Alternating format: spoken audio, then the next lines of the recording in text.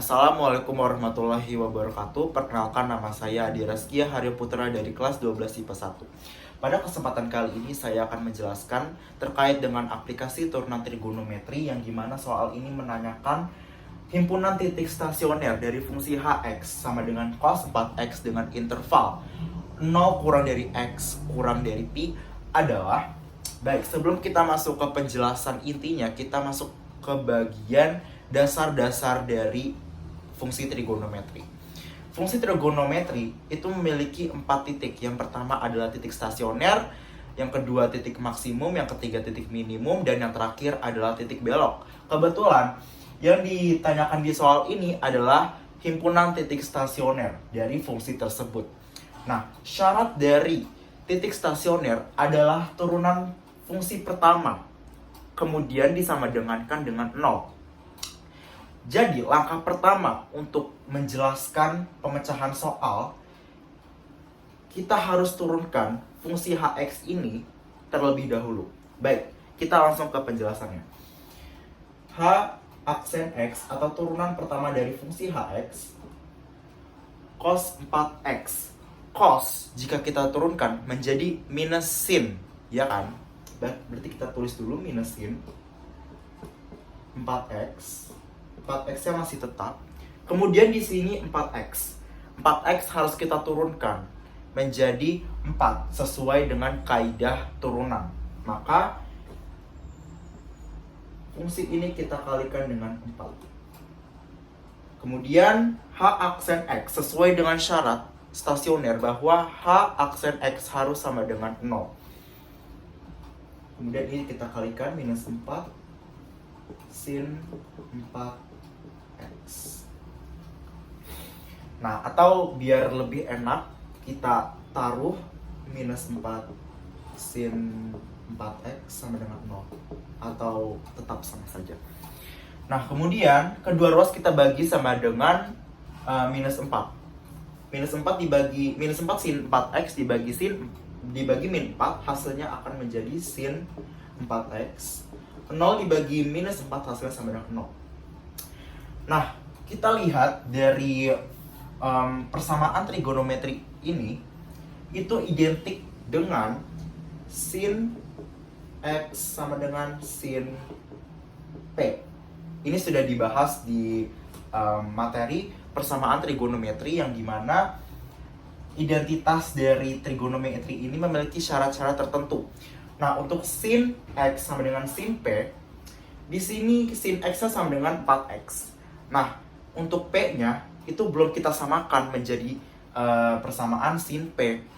Caranya kita ubah 0 ini menjadi sin sesuatu. Sin sesuatu yang menghasilkan nilai 0 pastinya sin 0, karena sin 0 sama dengan 0. Maka tinggal kita ubah saja 0-nya itu menjadi sin 0. Maka sin 4x sama dengan sin 0. Jadi itulah alasannya kenapa 0 ini harus disamakan menjadi sin sesuatu. Oke. Nah, berdasarkan syarat-syarat persamaan trigonometri, nilai sin atau persamaan sinus ini memiliki dua syarat. Yang pertama adalah x sama dengan p ditambah k 2pi. K dikali 2pi.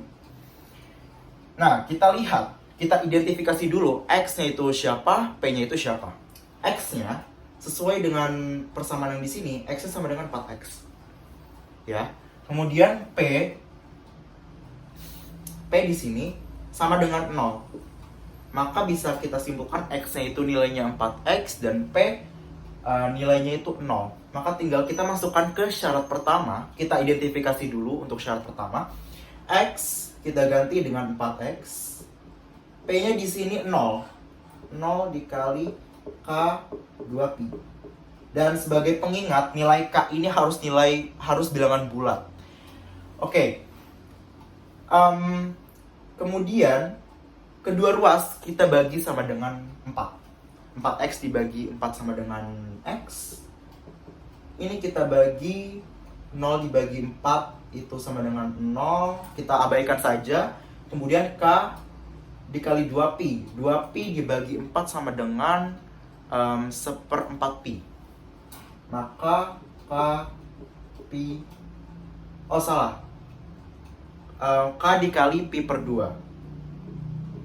Nah, bagaimana kita mencari nilai X-nya kalau K-nya ini belum dikasih tahu? Kita lihat dari intervalnya. Intervalnya itu dibilang bahwa nilai X-nya itu harus lebih dari 0 tapi kurang dari 1 pi.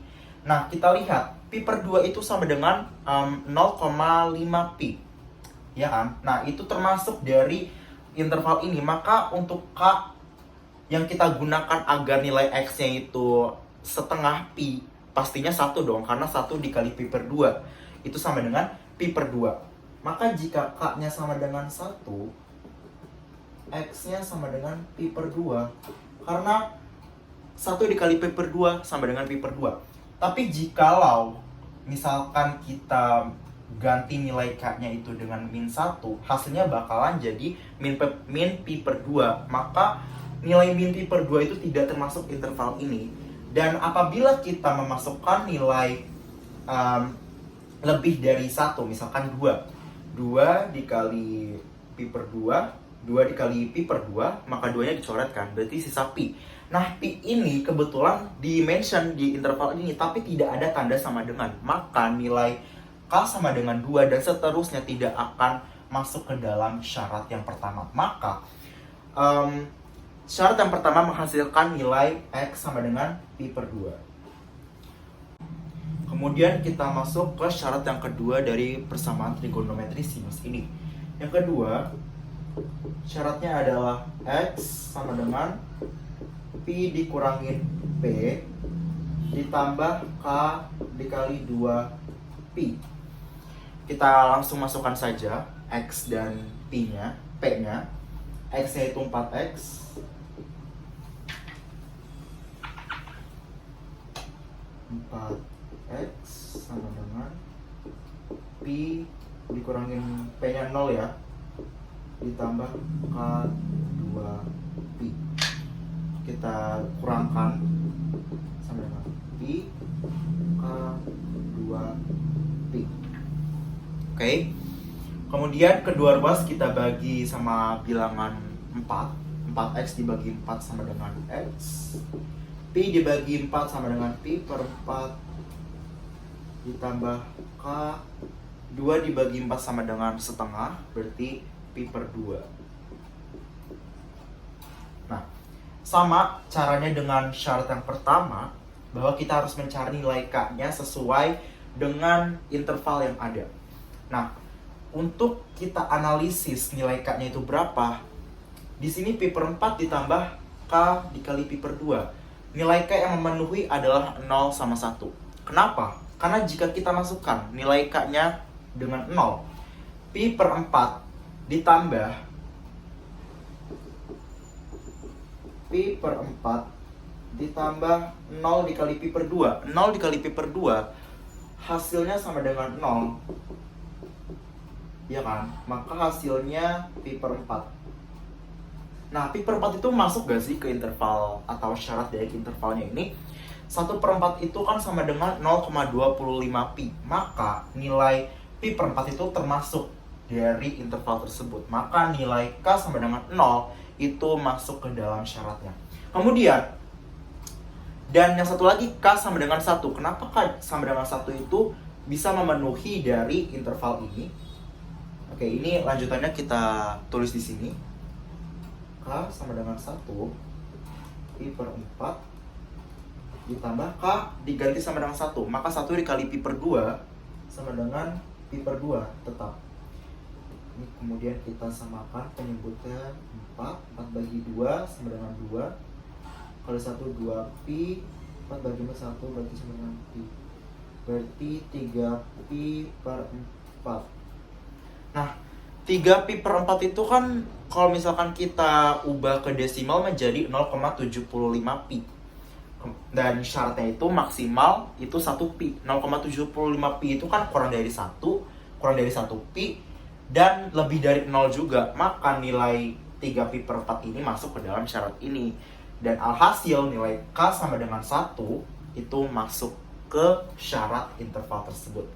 Kemudian kita sudah menemukan nih nilai dari K-nya itu, nilai dari X-nya itu pi per 2 yang pertama, yang kedua adalah pi per 4, dan yang ketiga adalah 3 pi per 4. 3 per 4 pi. Kemudian langkah selanjutnya adalah kita masukkan nilai X yang sudah tertera di sini ke dalam fungsi yang pertama, fungsi sebelum diturunkan, yaitu cos 4x. Maka H untuk X yang pertama ya, ini X pertama, ini X yang kedua, dan ini X yang ketiga. Untuk H sama dengan X1, kita masukkan saja cos 4. X-nya berapa? X1-nya pi per 2. X1-nya pi per 2. Ini kita coret ya, 4 dibagi 2 sama dengan 2. Maka hasilnya cos 2pi. Hasilnya sama dengan 1. Oke. Berarti himpunan yang pertama adalah pi per 2,1. Ini himpunan yang pertama. Kemudian kita akan melakukan hal yang sama dengan X2 dan X3. Maka tinggal kita substitusikan saja H X2. X2-nya itu pi per 4.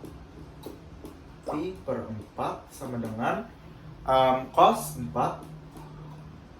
dikali sama dengan pi per 4. Ini kita coret jadi sisa cos pi. Nilai dari cos pi itu sekitar min 1. Maka HP yang kedua adalah, atau himpunan penyelesaian yang kedua adalah pi per 4, min 1. Kemudian untuk yang ketiga kita lakukan hal yang sama, yaitu X-nya diganti dengan 3 pi per 4. H 3 pi per 4 cos 4.